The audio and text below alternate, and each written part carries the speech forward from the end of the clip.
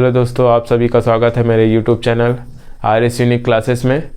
दोस्तों आज बहुत ही महत्वपूर्ण टॉपिक पढ़ने वाले हैं जो कंपटीशन एग्ज़ाम के साथ साथ जो बच्चा 10th class 12th class 5 class 6 class कोई भी क्लास में बहुत ही इम्पोर्टेंट चैप्टर है।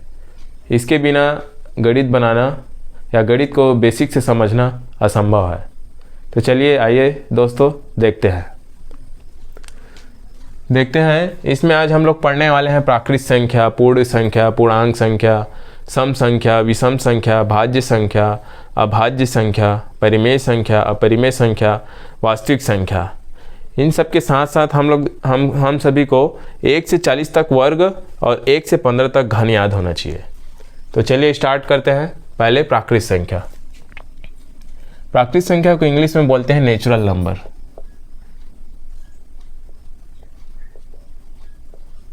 नेचुरल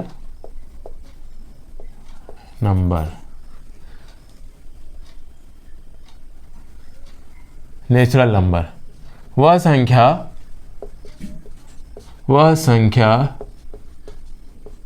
जो 1 से स्टार्ट हो। 1 2 3 4 5 ऐसे करते करते करते पूरा अनंत तक। इसको इन्फिनिटिव भी बोलते हैं इंग्लिश में, अनंत तक। दूसरा देखते हैं पूर्ण संख्या। पूर्ण संख्या क्या होता है? इसको इंग्लिश में बोलते हैं वोल नंबर। वोल नंबर। तो वोल नंबर क्या होता है? वह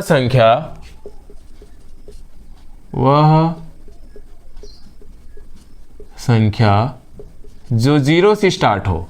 इसमें 1 से स्टार्ट होता था, इसमें क्या होगा? 0 से स्टार्ट होगा। 0 1 2 3 4 5 6 से डेस करते करते पूरा इन्फिनिटिव अनंत तक। ठीक है दोस्तों, अब देखते हैं पूर्णांक संख्या। पूर्णांक संख्या क्या होता है? इसको इंग्लिश में बोलते हैं इंटीजर नंबर।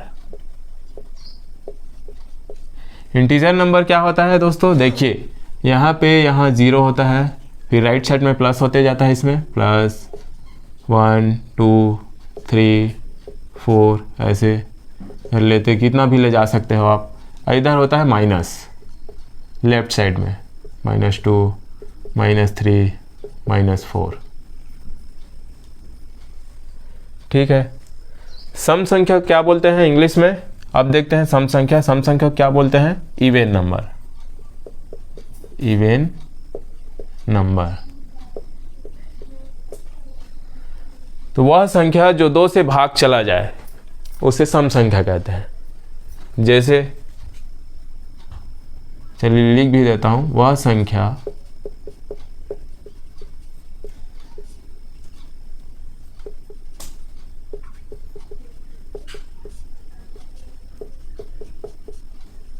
भाग चला जाता है।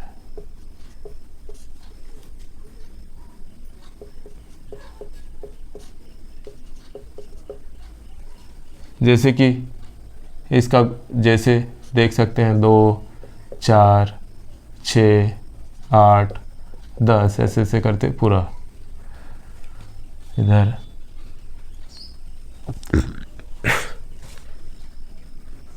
ठीक है, आगे देखते हैं विषम संख्या। विषम संख्या किसको बोलते हैं? इसको इंग्लिश में बोलते हैं ऑड नंबर। ऑड नंबर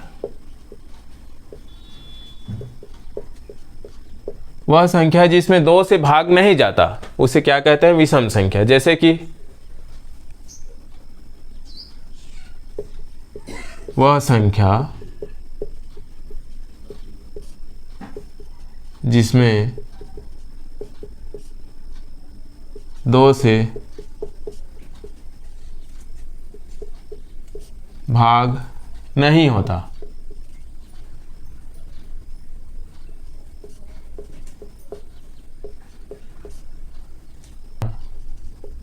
है।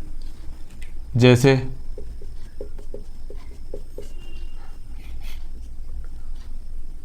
3 9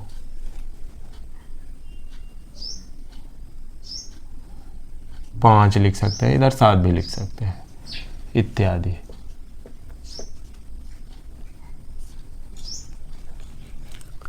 ठीक है दोस्तों, अब देखते हैं भाज्य संख्या।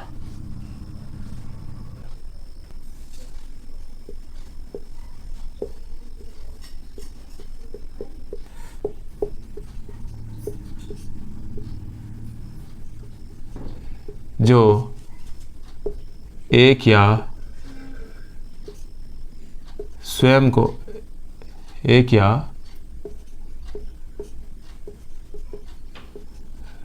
को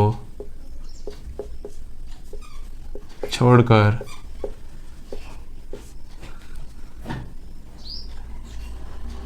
कम से कम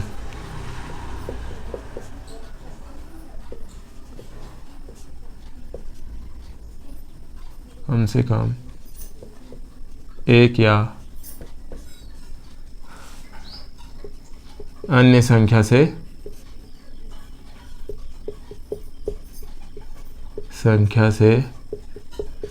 भाग जाए।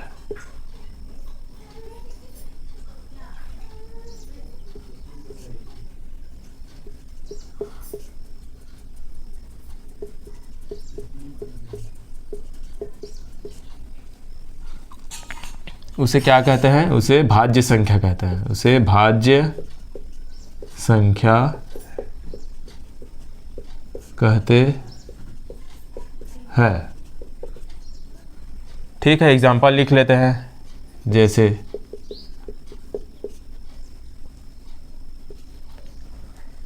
दोस्तों, यह क्वेश्चन बहुत बार पूछा गया है कि सबसे छोटी भाज्य संख्या कौन सा है। तो सबसे छोटी भाज्य संख्या है 4। इसके बाद 6, 8, 10, 12 इत्यादि। अभाज्य संख्या को इंग्लिश में कहते हैं प्राइम नंबर। प्राइम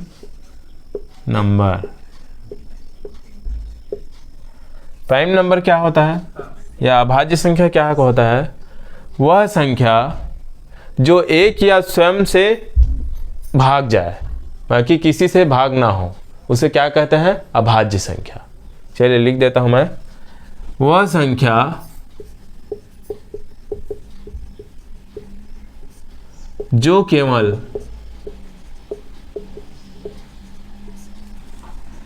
एक या स्वयं से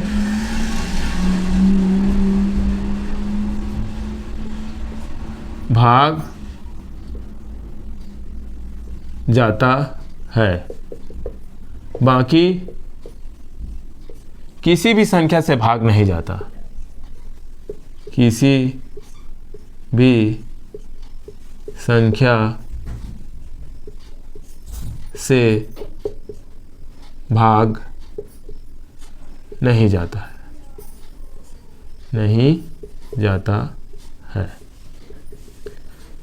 उदाहरण के लिए देखते हैं। जैसे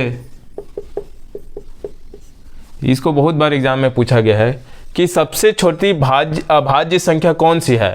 तो देखते हैं दोस्तों, सबसे छोटी अभाज्य संख्या होता है 2, 3, उसके बाद 3, फिर 5, 7, 11, 13, 17 इत्यादि। आगे देखते हैं 8वें नंबर का परिमेय संख्या। परिमेय संख्या क्या होता है? परिमेय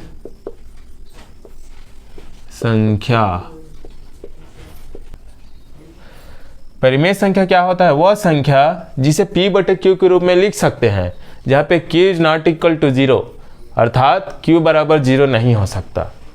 चलिए देखते हैं। वह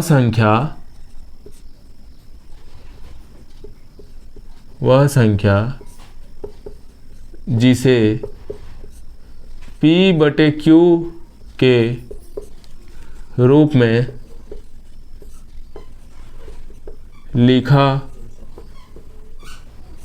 जा सकता है, जहाँ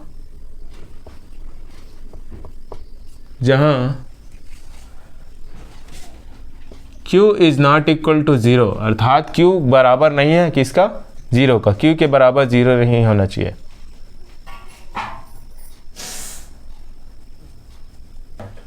यहाँ Q is not equal to zero, जैसे 3/2, 4/6, 12/10, 5/3, ये सब क्या है, परिमेय संख्या। 5/0 है, तो ये परिमेय संख्या है या नहीं। दोस्तों इसके परिभाषा में लिखा है, क्या लिखा है कि वह संख्या जिसे P/Q के रूप में लिखा जा सकता है जहाँ पे Q is not equal to zero, अर्थात जो Q के बराबर है ये P/Q है। तो यहाँ पे Q बराबर क्या है, ज़ीरो, तो Q बराबर ज़ीरो नहीं होना चाहिए, अर्थात ये क्या है, अपरिमेय संख्या नहीं है। दोस्तों इसका मान हो जाता है इन्फिनेटिव, ये परिमेय संख्या नहीं है, लेकिन 5/0 का मान हो जाता है इन्फिनेटिव। ठीक है, चलिए आगे देखते हैं। 9वां देखते हैं, अपरिमेय संख्या। अपरिमेय संख्या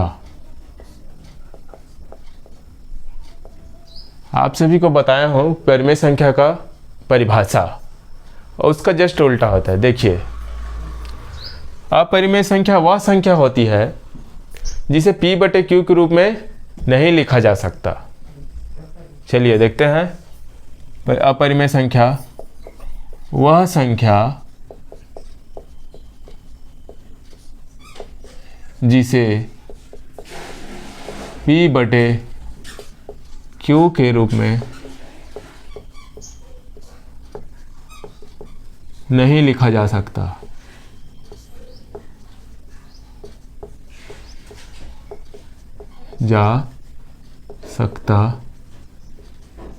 है।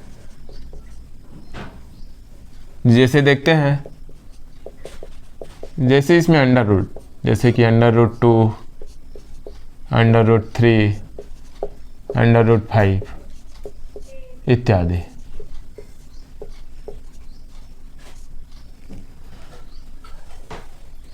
आगे देखते हैं 10वां, वास्तविक संख्या।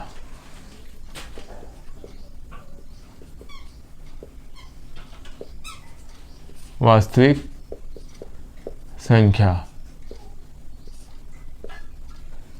इसको इंग्लिश में बोलते हैं रियल नंबर।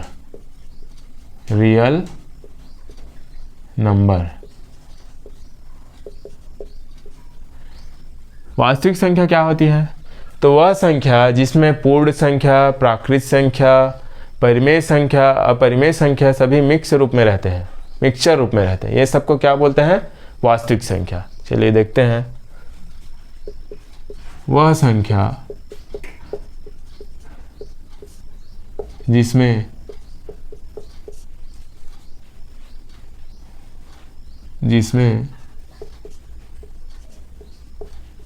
पूर्ण संख्या, प्राकृत संख्या,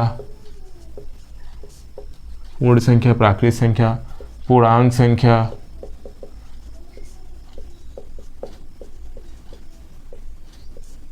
परिमेय संख्या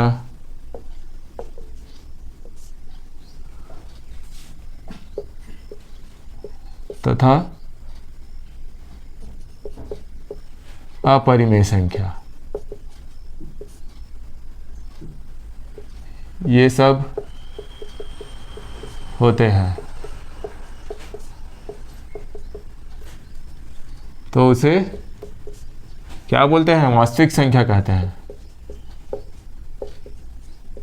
वास्तविक संख्या या रियल नंबर भी बोल सकते हैं, रियल नंबर कहते हैं। देखते हैं दोस्तों,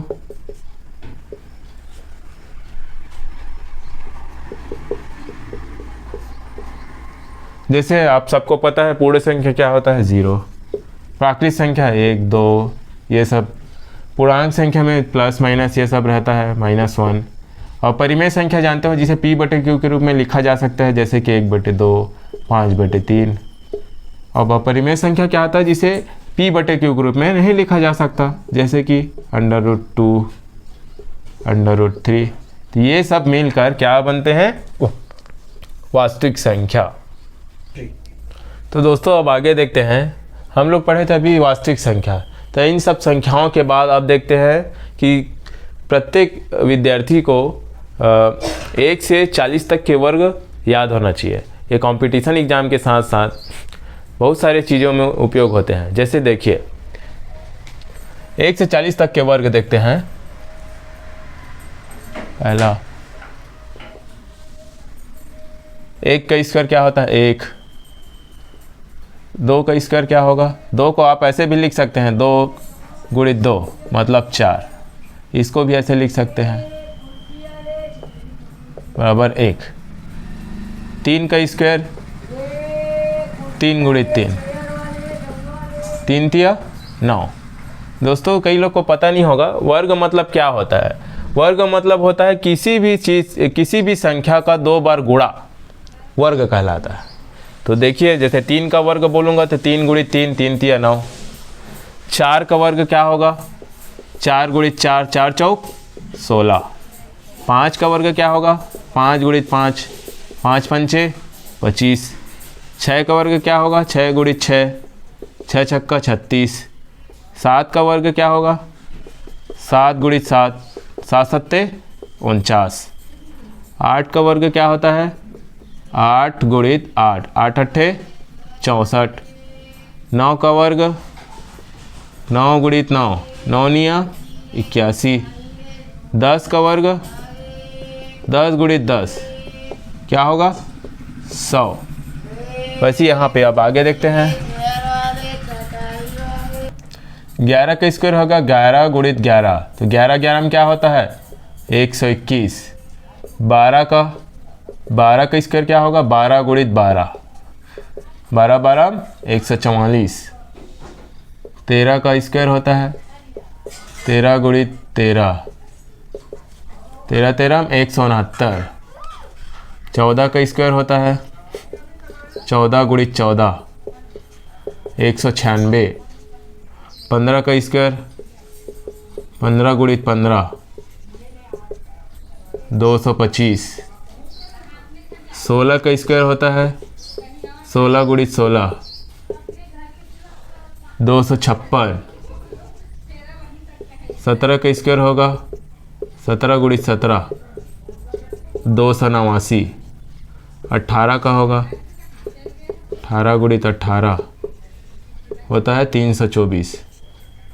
19 का स्क्वायर होता है 19 × 19 करोगे तो क्या होगा, 361। 20 का स्क्वायर होगा 20 × 20 मतलब क्या हो जाएगा, 400। आगे देखते हैं। 21 का स्क्वायर होगा 21 का स्क्वायर होगा 21 × 21, 441। 22 का स्क्वायर होगा 22 × 22, 484। 23 का स्क्वायर होगा 23 × 23, 529। 24 का स्क्वायर 24 × 24, 576। 25 का स्क्वायर होगा 25 × 25 करोगे तो 625। 26 का स्क्वायर होगा 26 × 26, 676। 27 का स्क्वायर होगा 27 × 27, 729। 28 का स्क्वायर होता है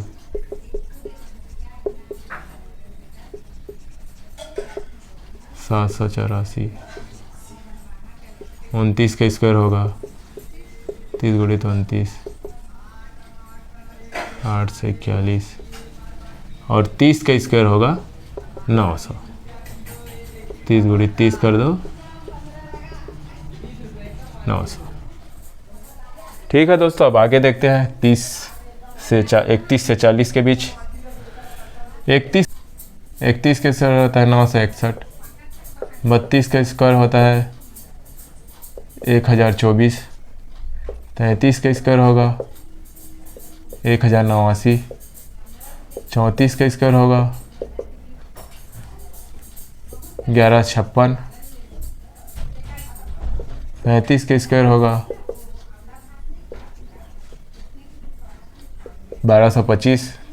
36 का स्क्वायर होगा 1296। 37 का स्क्वायर होगा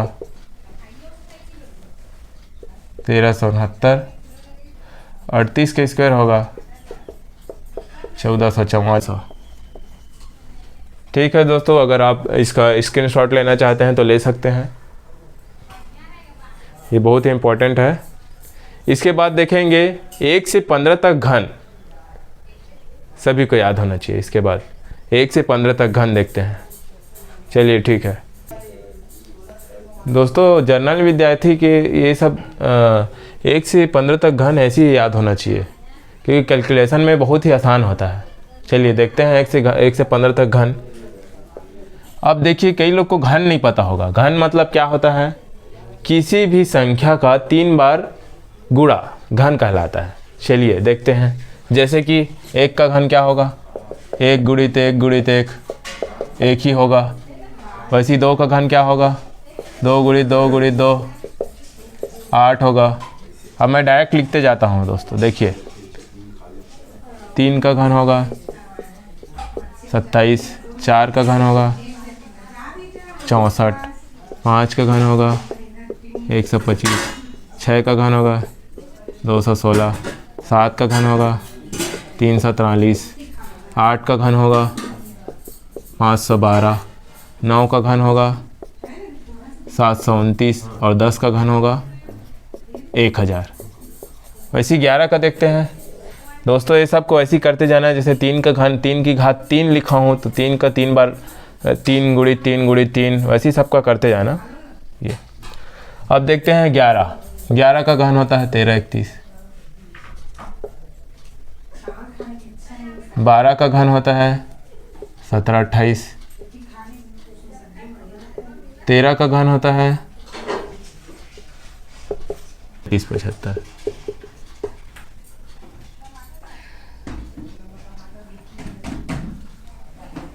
दोस्तों ये सब बहुत ही इम्पोर्टेंट है, ये सब को याद करना आपके लिए बहुत ही इम्पोर्टेंट।